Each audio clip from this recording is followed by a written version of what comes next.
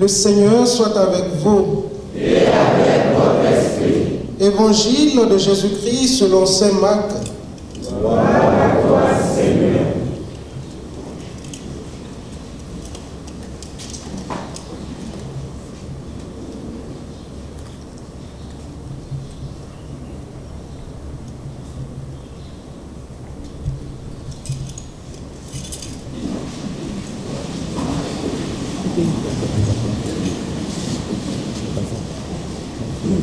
Jean-Baptiste proclamait dans le désert: voici venu derrière moi celui qui est plus puissant que moi. Je ne suis pas digne de me courber à ses pieds ou défaire la croix de ses sandales.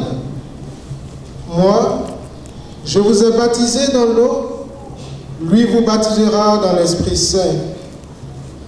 Or, à cette époque, Jésus vint de Nazareth, ville de Galilée, et se fit baptiser par Jean dans le Jourdain. Au moment où il sortait de l'eau, Jésus vit le ciel se déchirer et l'Esprit descendre sur lui comme une colombe. Du ciel, une voix se fit entendre: c'est toi mon Fils bien-aimé, en toi j'ai mis tout mon amour.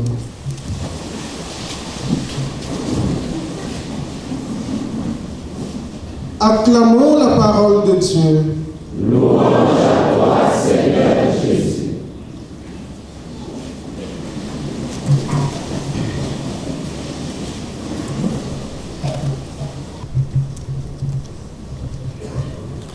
À la suite du Père Alphonse, je voudrais qu'on ovationne très fort le Seigneur. Bon, c'est toi, Père, qui nous a donné.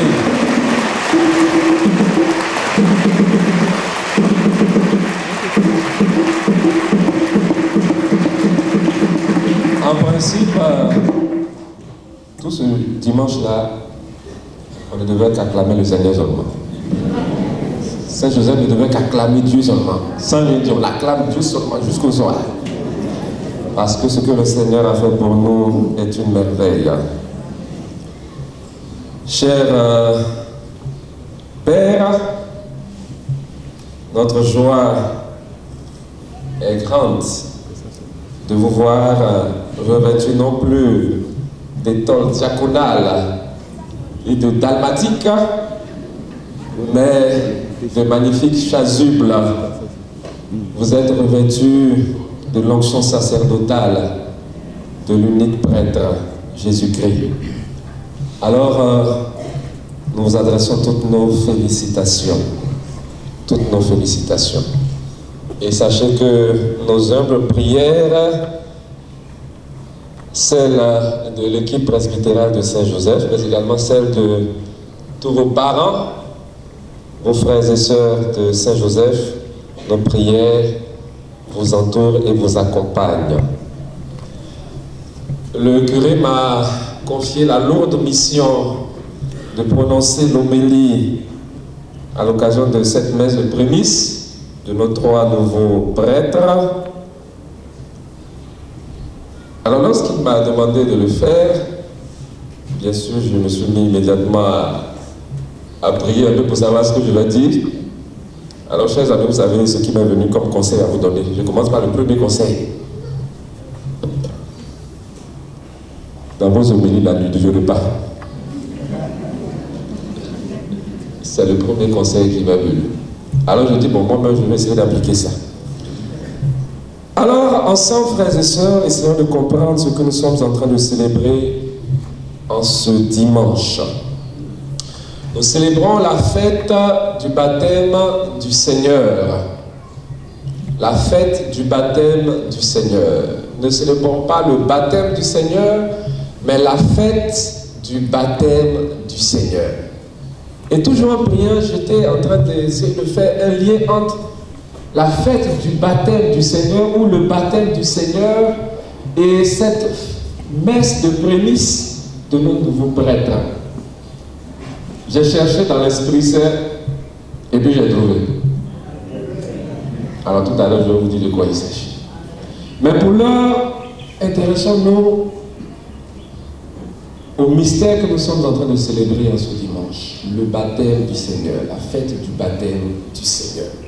Nous venons d'entendre l'évangile selon saint Marc qui nous décrit ce qui s'est passé ce jour-là au Jourdain. Lorsque Jésus, le fils de Joseph et de Marie, parce que jusqu'alors, il n'était que le fils de Joseph et de Marie pour le peuple qui était là, pour ceux qui le connaissaient. Il n'était que le fils de Joseph, le charpentier, et de Marie. Ils ont vécu à Nazareth, c'est à Nazareth qu'il a grandi. Il n'était que ça. Aux yeux de la population, c'était simplement Jésus, le fils de Joseph et de Marie. Et voici que depuis quelque temps, un certain Jean-Baptiste s'est levé et a commencé à exercer un ministère de prophète. Et comme tout prophète, il annonce la parole de Dieu, il parle au nom de Dieu. Il délivre un message de la part du Seigneur. Et le message de Jean-Baptiste est un message assez vif, à la limite, un message un peu violent. Il parle du royaume de Dieu et il invite ceux qui l'écoutent à une conversion radicale. Il dit, voici que déjà, la hache est à la racine de l'arbre pour couper l'arbre. Et Jean-Baptiste dit, tout arbre qui ne produit pas de bons fruits sera coupé et sera jeté au feu. Et lorsque Jean-Baptiste parle ainsi, il parle du feu de l'enfer. Autrement dit, si vous qui m'écoutez, vous ne vous convertissez pas, vous tous, vous allez aller dans le feu de l'enfer. Alors, quand vous entendez une prédication comme ça, si tu es malin, tu vas écouter ce que l'homme est en train de dire. Et effectivement, le peuple est touché. Le peuple est marqué par cette parole forte qu'il entend. Et beaucoup viennent à Jean. Et pour manifester qu'ils ont vraiment reçu le message et qu'ils ont pris la décision de changer, donc de se convertir, alors Jean-Baptiste va instaurer ce qu'on appelle un baptême, qui est un baptême de conversion. Le baptême est un rite. Donc ce sont des gestes, des paroles qui signifient quelque chose. Et le rite du baptême de Jean doit signifier la décision de conversion de ceux qui viennent le recevoir. On vient recevoir le baptême de Jean-Baptiste pour signifier qu'on a entendu son message qui nous a donné de la part de Dieu et qu'on veut changer de vie. Alors, beaucoup viennent à Jean. Et ce jour-là, dans la foule, il y a le fameux Jésus qui vient. Jésus, fils de Joseph, fils de Marie. Il n'était que ça. Il vient se présenter à Jean. Alors le passage que nous avons entendu ne nous le dit pas, mais c'est l'évangile de Jean qui donne cette précision, où Jean dit, mais c'est pas toi qui as besoin d'être baptisé, c'est moi qui ai besoin de cette grâce-là. Et Jésus va lui dire, laisse faire. Alors, Jésus vient pour vivre ce rite. Alors, nous aujourd'hui, avec le recul que nous avons, avec les autres éléments de l'évangile que nous avons, alors nous comprenons facilement, aisément, que Jésus n'avait pas besoin de recevoir le baptême de Jean, parce que c'était un baptême de conversion de ceux qui vivaient dans le péché, loin de Dieu. Et nous savons que Jésus est le saint par excellence. Il est celui qui est resté depuis toujours fidèle à son Dieu. Il n'a jamais commis de péché. Il n'a jamais conçu ni réalisé le mal. Donc il n'est pas pécheur. Et en tant que tel, il n'a pas besoin d'un quelconque baptême pour dire je me convertis maintenant. Mais Jésus entre dans cette démarche parce que ce jour-là, quelque chose devait se passer. Quelque chose devait se passer, pas simplement pour lui, mais quelque chose devait se passer pour l'ensemble de l'humanité. Quelque chose d'important devait se passer pour l'ensemble de l'humanité. C'est comme dans nos vies, il y a des situations, des événements qui sont majeurs, qui sont décisifs, qui sont déterminants. Et je crois que, cher Père, bienvenue, Jules Noël et Évrard, quelque chose de décisif, quelque chose d'important, quelque chose d'essentiel s'est passé dans votre vie en la date du samedi 10 janvier de l'année 2015. Désormais, lorsque vous allez entendre quelqu'un dire 10 janvier, vous allez sursauter. Parce que cela vous rappellera que quelque chose s'est passé dans votre vie ce jour-là. Jésus donc fait la démarche pour recevoir le baptême.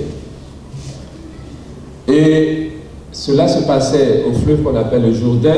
Jean-Baptiste plonge Jésus dans l'eau. Il plonge Jésus dans l'eau. Et on nous dit lorsque Jésus ressort, alors c'est là que il y aura une manifestation de Dieu, ce qu'on appelle, les théologiens appellent une théophanie, une manifestation de Dieu. Dieu va se manifester. Et lorsque Dieu se manifeste, alors pour nous les hommes, c'est toujours quelque chose d'extraordinaire, quelque chose qui impressionne. Les actions de Dieu sont toujours des actions surnaturelles et forcément qui élèvent ceux qui y prennent part à une autre dimension. Saint Marc nous dit ceci dans l'évangile que nous avons entendu tout à l'heure. Au moment où il sortait de l'eau, Jésus vit le ciel se déchirer. Donc déjà, il voit le ciel qui s'ouvre. Et l'Esprit Saint, il voit l'Esprit Saint descendre sur lui comme une colombe. L'Esprit Saint, sous l'aspect visible d'une colombe qui descend sur Jésus. Et ensuite, du ciel, une voix se fit entendre. C'est toi, mon fils bien-aimé, en toi j'ai mis tout mon amour. C'est toi, mon fils bien-aimé, en toi j'ai mis tout mon amour. Qui peut dire une telle phrase? Qui peut dire une telle parole si ce n'est pas le Père lui-même? Alors, en un instant, nous avons réuni à la fois le Père, à la fois le Fils et l'Esprit Saint. Le Père, le Fils et l'Esprit Saint qui se manifestent au même moment. La Trinité qui se manifeste au même moment. Voici ce qui se passe ce jour-là au baptême de Jésus. Chers frères et sœurs, vous tous qui avez déjà reçu le baptême, au nom du Père et du Fils et du Saint-Esprit, sachez que le jour de votre baptême, ce qui s'est passé au baptême de Jésus s'est passé aussi pour vous. Amen. Vous n'avez peut-être rien entendu, vous n'avez peut-être rien vu, mais ce qui est sûr, l'Esprit Saint est descendu sur vous. Et la voix du Père a retenti dans le ciel. Celui-ci, celle-ci est ma fille bien-aimée, en qui j'ai mis tout mon amour. Je disais que ce jour-là, quelque chose s'est passé, mais ce n'est pas pour Jésus, mais c'est pour nous tous. Et le baptême, l'Église en a fait, ou l'Église a reconnu le baptême, bien sûr, instauré par le Seigneur, comme le premier des sacrements. Ce qu'on appelle la porte des sacrements. Par le baptême, nous entrons dans la famille des enfants de Dieu. Nous entrons dans l'Église. Nous devenons membres du peuple de Dieu. Nous devenons des fidèles du Christ. Parce que Jésus a ouvert la porte. C'est comme si par son baptême, Jésus ouvrait la porte du royaume pour l'ensemble de l'humanité. La porte qui jusqu'alors, le royaume qui était jusqu'alors inaccessible par le baptême de Jésus, la porte va s'ouvrir. Alors, à partir de ce moment-là, va commencer ce qu'on appelle le ministère public de Jésus. Dès le lendemain de son baptême, Jésus va aller où? Il va aller au désert, sous la conduite de l'Esprit Saint. Il va faire 40 jours, 40 nuits dans le jeûne, dans la prière. Et lorsqu'il va revenir de ce temps de retraite, Jésus va commencer sa prédication. Le baptême de Jésus, comme tout baptême, n'est jamais la fin de quelque chose, mais le commencement d'une vie nouvelle. Le commencement d'une vie nouvelle. Jésus va commencer son ministère public à partir de son baptême. Et nous également, lorsque nous recevons le baptême au nom du Père et du Fils et du Saint-Esprit, nous commençons notre vie de chrétien. En principe, on est chrétien que lorsqu'on a reçu le baptême. Si tu n'es pas baptisé, tu n'es pas chrétien. Même si tous les jours tu viens à l'église. Donc un petit clin d'œil à ceux qui ne sont pas encore baptisés ou à ceux qui ne sont même pas encore inscrits à la catéchèse. Donc faites vite pour devenir officiellement et effectivement chrétien. Le baptême de Jésus donc, nous rappelle notre propre baptême et toutes ses exigences. Je ne vais pas m'étaler longuement là-dessus. Je disais que le baptême, ce n'est pas une fin, mais c'est un commencement. Le début d'une vie nouvelle. Nous célébrons la fête du baptême du Seigneur. Et à la veille du baptême du Seigneur, voici que de jeunes diacres de notre église diocésaine, donc le samedi 10 janvier, donc hier, ont reçu, non pas le baptême qu'ils ont reçu depuis longtemps, mais ils ont reçu la grâce du sacrement de l'ordre, l'ordination sacerdotale, l'ordination presbytérale. Ils sont devenus prêtres de Jésus. Alors, voici que, cher Père, à la veille de ce baptême, de la fête du baptême du Seigneur, vous avez reçu ce sacrement. Et c'est maintenant que vous allez commencer votre ministère sacerdotal. Voilà le lien dont je parlais tout à l'heure. Baptême, début d'une vie nouvelle, début du ministère public de Jésus. Et vous recevez ce sacrement à la veille du baptême du Seigneur. Et vous allez commencer votre ministère sacerdotal. Cela signifie beaucoup de choses. Et voilà pourquoi je vais finir en m'adressant à vous à travers quelques petites recommandations, de petits conseils pour vous aider dans votre marche à la suite de Jésus comme son prêtre. Vous et nous sommes prêtres de Jésus-Christ. Il faut toujours ajouter prêtre de Jésus-Christ. C'est vrai, on a l'habitude de dire que vous êtes prêtre, mais il faut ajouter prêtre de Jésus-Christ. Pour quelle raison? Parce que c'est ce que nous sommes en réalité. Dans d'autres religions, il y a des prêtres aussi. Même dans l'Ancien Testament, on parle de prêtre. Quand vous lisez l'Ancien Testament, on parle de prêtre. Zacharie, le père de Jean-Baptiste, justement, était prêtre de l'Ancien Testament. Il n'était pas prêtre de Jésus-Christ. Mais vous êtes prêtre de Jésus-Christ.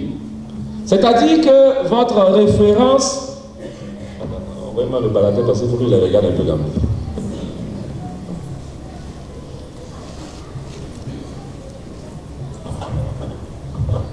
Voilà. Donc, maintenant, je peux vous regarder. Vous êtes prêtre de Jésus-Christ. Donc, votre référence, c'est Jésus-Christ. Vous n'êtes pas prêtre du pape François, le Saint-Père. Vous n'êtes pas prêtre de Monseigneur Laurent Madio, bien de Monseigneur Égyptien qui vous a conféré l'ordination. Vous n'êtes pas prêtre du Père Laurent Madio Alphonse. Vous êtes prêtre de Jésus-Christ d'abord. Donc votre référence, c'est lui. Celui que vous devez regarder, c'est lui. Celui qui est votre modèle, c'est lui. S'il y a quelque chose, c'est lui. Si c'est bon, c'est lui. Si c'est pas doux aussi, c'est lui. Alors c'est important. Ça veut dire que votre maître, celui qui doit continuer à vous enseigner, qui doit continuer à vous inspirer, c'est le Seigneur Jésus-Christ. Voilà pourquoi, si votre vie sacerdotale est greffée sur lui, si c'est lui que vous regardez en premier, c'est lui que vous écoutez en premier, je vous assure que vous n'aurez jamais de problème dans votre ministère.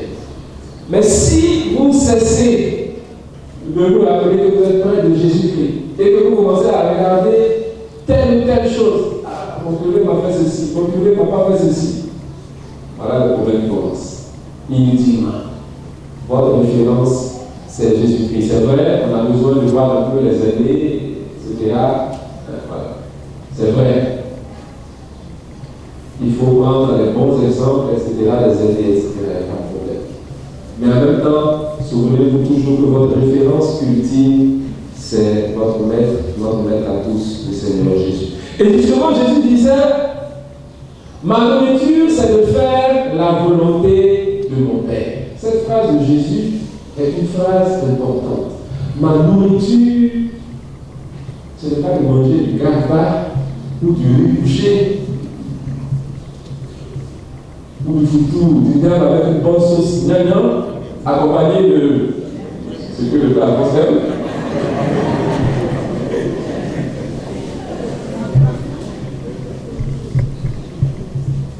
Vous savez de quoi il s'agit, non?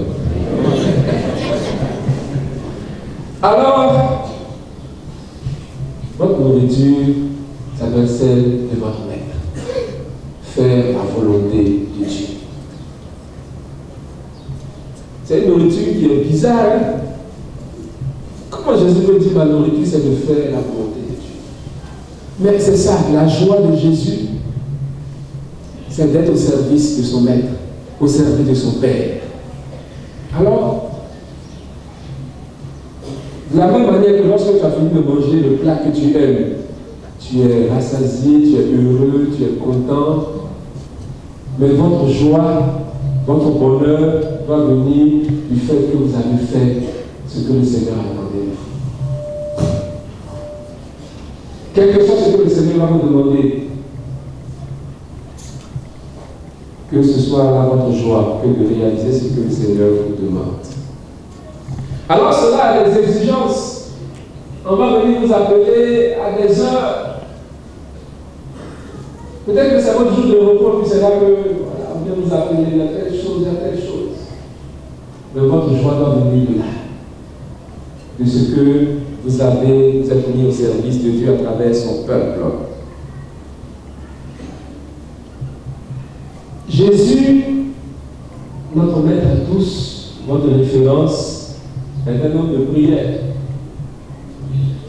Vous aussi, restez des hommes de prière. Je crois que c'est Monseigneur Salomon qui a prêché votre maître, n'est-ce pas?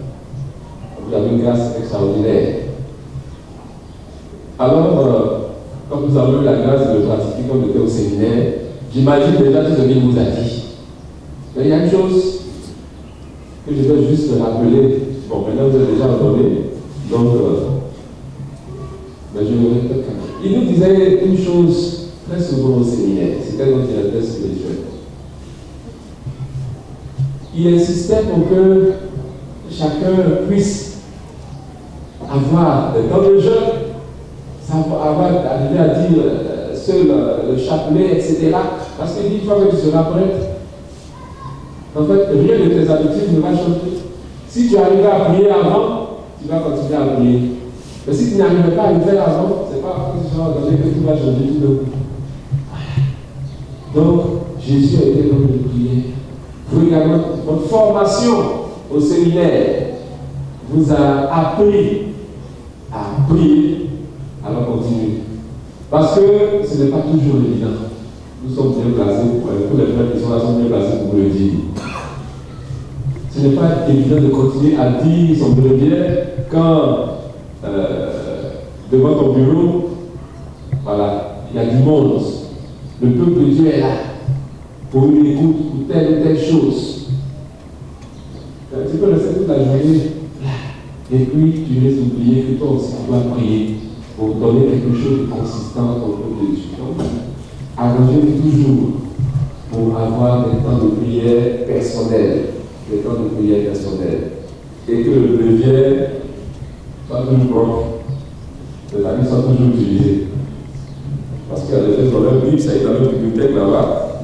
En ce temps d'Amata, même le poussière, c'est rempli de poussière. Parce qu'on n'ouvre jamais pour la lire. Célébrer avec beaucoup de joie. Célébrer avec beaucoup de joie. C'est important. Ne célébrez jamais le visage serré. Et parce que vous serez fatigué ou bien parce que quelqu'un vous a énervé juste avant de venir à la messe. Arrangez-vous pour célébrer avec toujours beaucoup de joie au cœur. Beaucoup de joie au cœur.